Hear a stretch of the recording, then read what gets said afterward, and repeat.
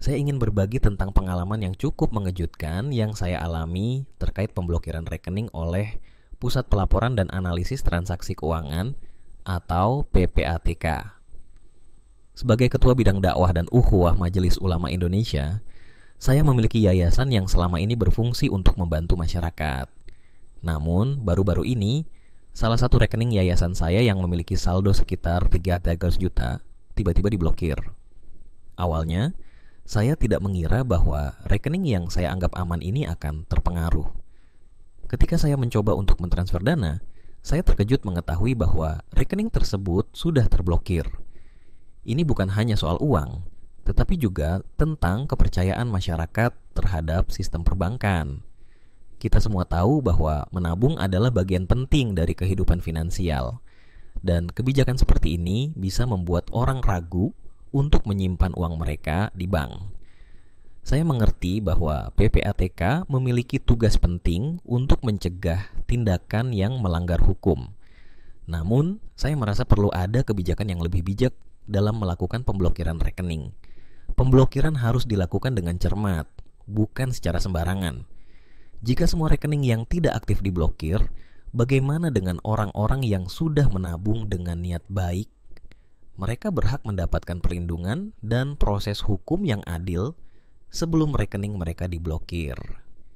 Saya meminta kepada pemerintah, khususnya kepada Presiden RI Prabowo Subianto, untuk mempertimbangkan kembali kebijakan ini. Kita perlu memilah mana rekening yang benar-benar mencurigakan dan mana yang tidak.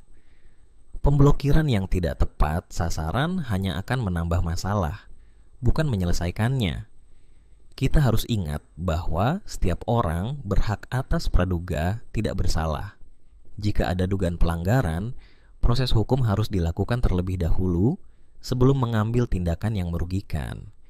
Kita tidak bisa mengabaikan dampak dari kebijakan ini terhadap masyarakat. Jika orang merasa tidak aman menyimpan uang mereka di bank, maka kita akan menghadapi masalah yang lebih besar. Kepercayaan adalah fondasi dari sistem perbankan. Jika kepercayaan itu hilang, maka akan sulit bagi kita untuk mendorong masyarakat untuk menabung dan berinvestasi. Saya juga ingin menekankan pentingnya selektivitas dalam pembukaan rekening. Bank harus lebih ketat dalam memeriksa identitas dan latar belakang nasabah. Dengan cara ini, kita bisa mencegah penyalahgunaan dan memastikan bahwa rekening yang dibuka adalah untuk tujuan yang baik. Kontrol yang ketat di sektor perbankan jauh lebih mudah dibandingkan mengawasi perilaku individu yang mungkin melakukan tindakan kriminal. Mari kita bersama-sama mencari solusi yang lebih baik. Kita perlu memastikan bahwa kebijakan yang diterapkan tidak hanya efektif dalam mencegah pelanggaran, tetapi juga adil dan tidak merugikan masyarakat yang tidak bersalah. Dengan pendekatan yang tepat, kita bisa menciptakan sistem yang lebih baik untuk semua.